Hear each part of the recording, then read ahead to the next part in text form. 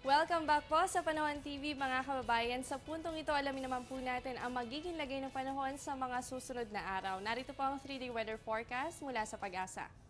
Unahin po natin sa Baguio City, bukas po makakaranas lamang kayo ng occasional rains o yung panakanakang pag-ulan.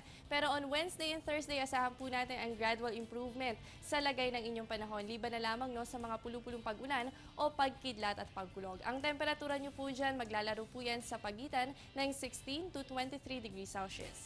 Dito naman po sa atin sa Metro Manila, makakaranas din po tayo ng occasional rains bukas, araw ng Martes, at gradual improvement weather po tayo pagdating ng Wednesday and Thursday. Asahan lamang natin na pagsapit ng hapon o gabi, posible po tayo makaranas ng mga pulupulong pag-ulan o pagkidlat at pagkulog.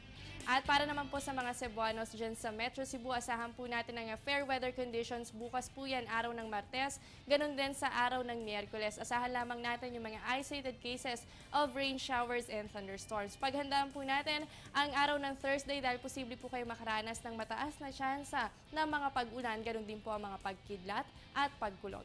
At para naman po sa Metro Davao, kayo po'y makakaranas ng good weather conditions sa susunod na 3 araw. Ibig sabihin po, asahan natin na sisikat si Haring Araw pero may mga tsansa pa rin po ito ng mga pulupulong pag-ulan o pagkidlat at pagkulog, lalo na po yan sa hapon o gabi.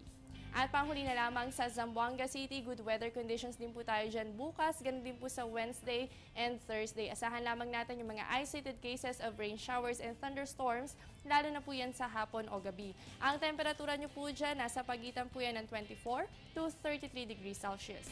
At yan po ang 3-day weather forecast mula sa Pag-asa. Samantala, alamin naman po natin ang magiging pagtayapan ng temperatura sa mga tourist destination sa bansa. Sa Puerto Galera, meron po kayong 24 to 31 degrees Celsius, habang sa Banawe, asahan po dyan ng 15 to 24 degrees Celsius.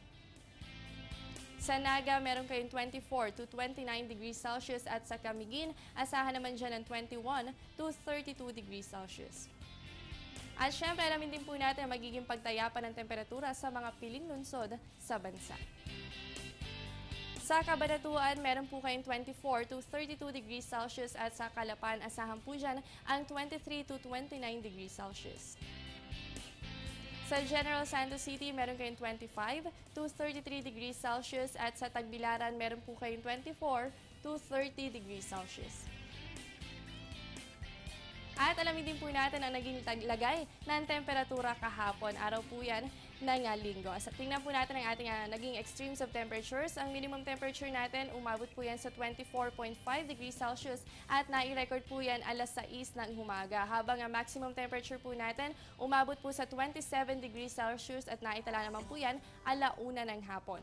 Para naman po sa ating relative humidity, ang minimum humidity natin umabot po sa 87% at nai-record po yan alas 11 ng gabi, habang ang maximum humidity naman natin, pumalo po yan sa 99% at nai-record po yan alas 6 ng umaga. Huwag po kayong aalis dahil magbabalik pa ang Panahon TV pagkatapos ng ilang paalala.